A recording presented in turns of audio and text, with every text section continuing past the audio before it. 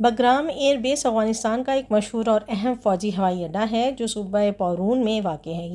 یہ کابل دارالحکومت سے تقریباً 40 کلومیٹر شمال میں واقع ہے۔ اس بیس کی تاریخ، اہمیت اور استعمال کی تفصیلات مختصر طور پر یہاں پر بیان کی جا رہی ہیں۔ اس کا تاریخی پس منظر کیا ہے، آئیے دیکھتے ہیں۔ بگرام ایئر بیس کو اصل میں 1950 کی دہائی میں سوویت یونین کے تعاون سے تعمیر کیا گیا تھا۔ 1979 میں سوویت حملے کے دوران اسے ایک اہم فوجی مرکز کے طور پر استعمال کیا گیا۔ بعد ازاں 2001 میں امریکہ اور نیٹو افواج نے افغانستان پر حملے کے بعد اسے اپنی سب سے بڑی اور اہم بیس کے طور پر استعمال کیا۔ یہ بیس کئی دہائیوں تک امریکی افواج کا مرکزی اڈہ رہا، جہاں سے وہ پورے افغانستان میں فوجی کارروائیاں کرتے۔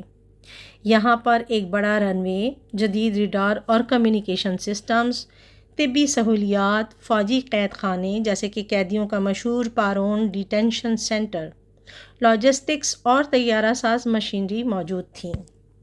2021 میں انخلا جب امریکہ نے 2021 میں افغانستان سے فوجی انخلا کیا تو بگرام بیس کو خاموشی سے خالی کیا گیا۔